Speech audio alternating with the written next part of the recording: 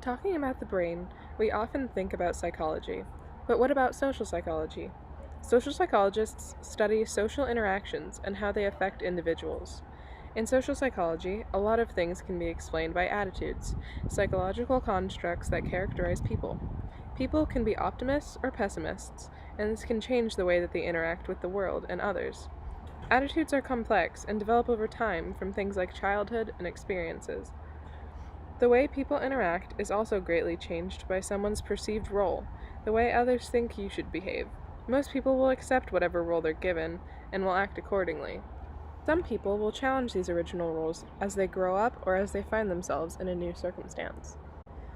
One of the best examples of roles and conformity was made in Dr. Zimbardo's Stanford prison experiment in the 1970s. After a psych evaluation, 18 people were chosen to be in the experiment, and after meeting each other, 9 were assigned to be guards and 9 to be prisoners. The experiment was meant to last 2 weeks, but barely lasted 6 days before it was called off. Guards had begun severely abusing the prisoners, and multiple prisoners had experienced mental breakdowns within days. So, how could these seemingly normal people have conformed to these roles so quickly?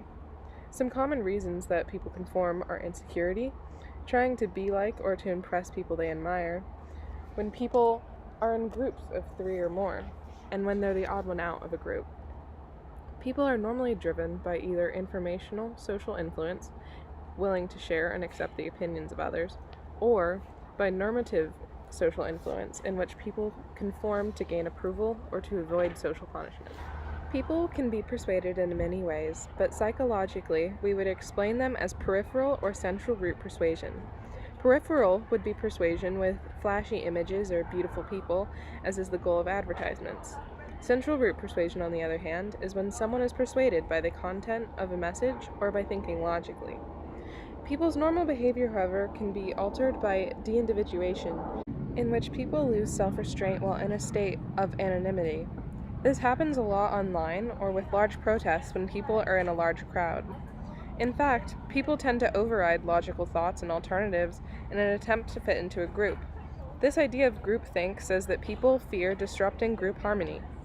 This is also common to group polarization, a phenomenon in which people's beliefs become more and more extreme when they're in a group of like-minded people.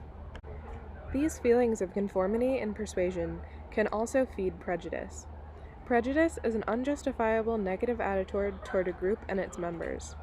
Prejudice normally fuels an us versus them complex and is made of 3 main ingredients: negative emotions like fear and hostility, stereotypes, positive or negative, and a predisposition to discriminate against groups. People are normally prejudiced in a group and can either have implicit, unconscious knee-jerk responses or explicit prejudice, conscious reactions. Either way, it negatively affects both groups. Many explain discriminatory actions as part of the frustration-aggression principle. Frustration leads to anger, which leads to aggression, which leads to more frustration and anger. In some situations, it can also be explained by the foot in the door phenomenon. People will comply to a larger or more extreme request if asked smaller and slowly growing requests over time. This will make people more likely to conform and more obedient over time. Many of these issues stem from a concept called fundamental attribution error. This is a tendency for people to overestimate the importance of situational factors when it comes to themselves, and overestimate disposition when it comes to others. For example, if someone got a bad grade, they'd say that they were tired, or their teacher was bad, or they were confused. But if they saw someone else, they'd say that they were lazy or stupid. Another topic in regard to the way people think is cognitive dissonance. When people have 2 conflicting beliefs, they find a way to justify one of them. For example, a smoker may know that it's unhealthy, but might convince themselves it's not that bad to ignore their other thoughts. On the other side, they can convince themselves that it really is unhealthy, which can help them quit. Of course, nobody has to go through it alone, and many can befriend an altruist, someone who has an unselfish regard for the welfare of other people.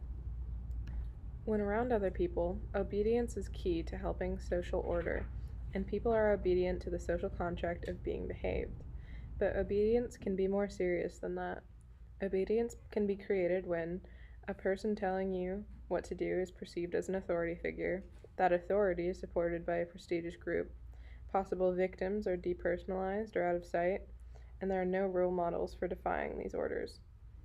This was shown in Stanley Milgram's shock experiment, in which random people were instructed to shock a test taker every time they gave an incorrect answer. No one was really on the other end, but screaming sounds were played with each shock.